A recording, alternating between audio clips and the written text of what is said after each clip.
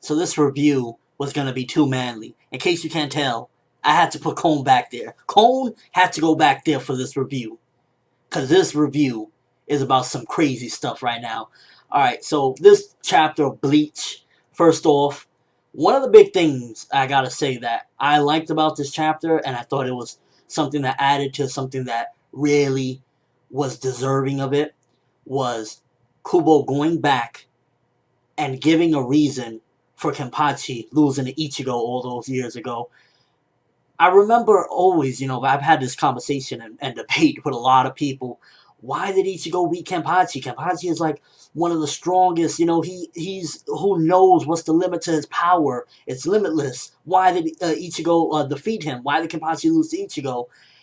And I always, had debates, whatnot, back and forth. Maybe it was this, maybe it was that. And to actually get a clear clarification that Kenpachi has dumbed himself down because of Unohana and the battles with her, and basically wanting to, subconsciously just weakening himself.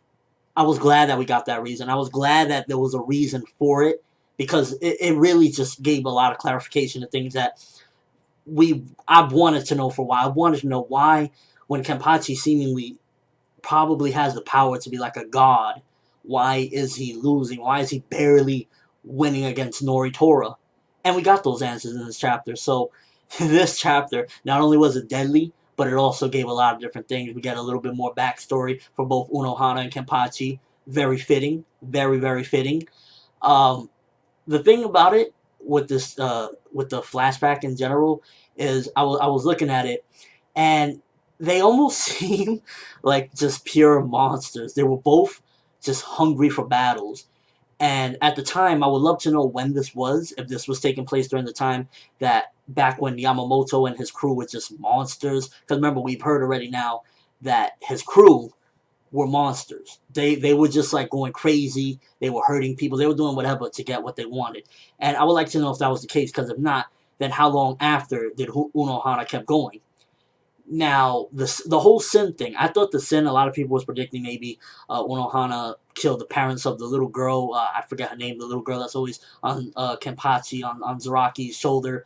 A lot of people were predicting that, but I'm guessing the Sin that she's saying that she committed, unless we get more to this, because, we got a lot of backstory to it, but it didn't come in, I'm guessing that the Sin would have to be that she weakened Kenpachi, and out of desperation, I thought, like, the way it was leading, it felt a little misleading, because it felt like she was going to say something that she did, and the reason why she was weak and why he had to power down.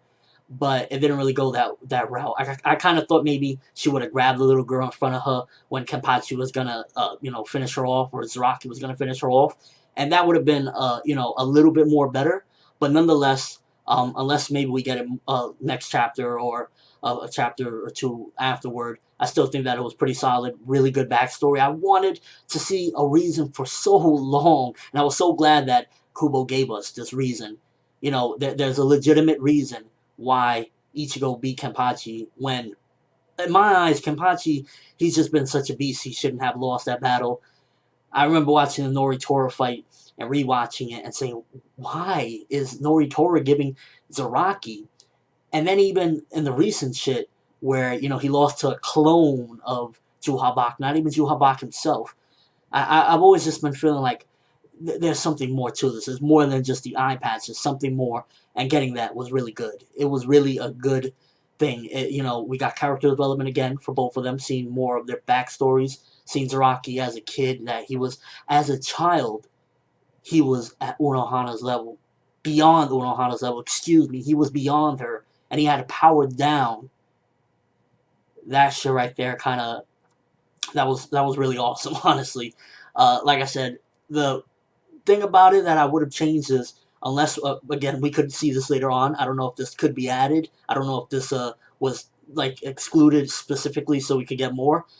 I would like to see maybe Unohana was at a moment of desperation, she didn't want to lose to him, she grabbed the little girl, or she did something like throwing somebody in front of her, something to feel like it's a sin, because powering Kenpachi down, that don't feel like a sin. That just feels like you messed up, but I don't feel like a true sin. So I would like to see maybe some more of that. What's this actual sin? Or if that was it, then that's a little bit of a I don't think that would be the sin, because why would she, we didn't get a clear answer as to why would she become a medic and close down fighting just because of Zaraki.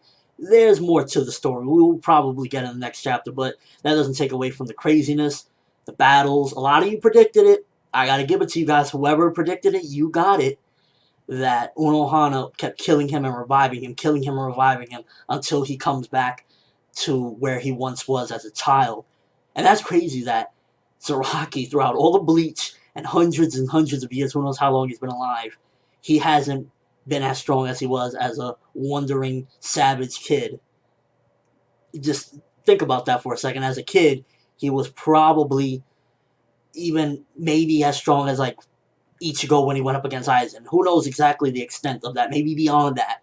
Maybe even beyond that. Who knows the extent? But to see that's just out of this world. I would love to see when he finally does reach that level again or beyond. Where could he go? Could he go up against Zuhabak?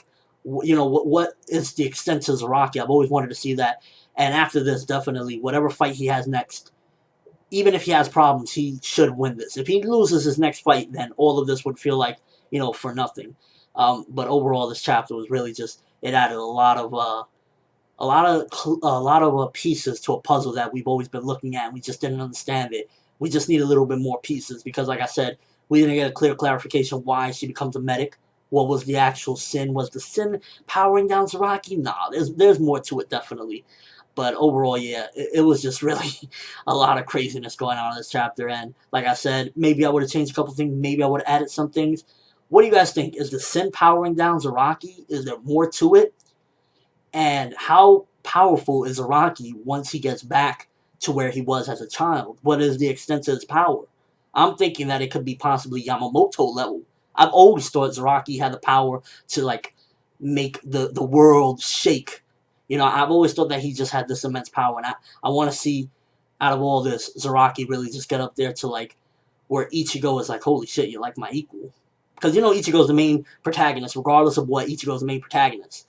And even, if anything, I just would like to see at least Zaraki's almost up there. Even, if they gotta make Ichigo number one, Ichigo gotta be number one. At least make Zaraki up there, somewhere around there.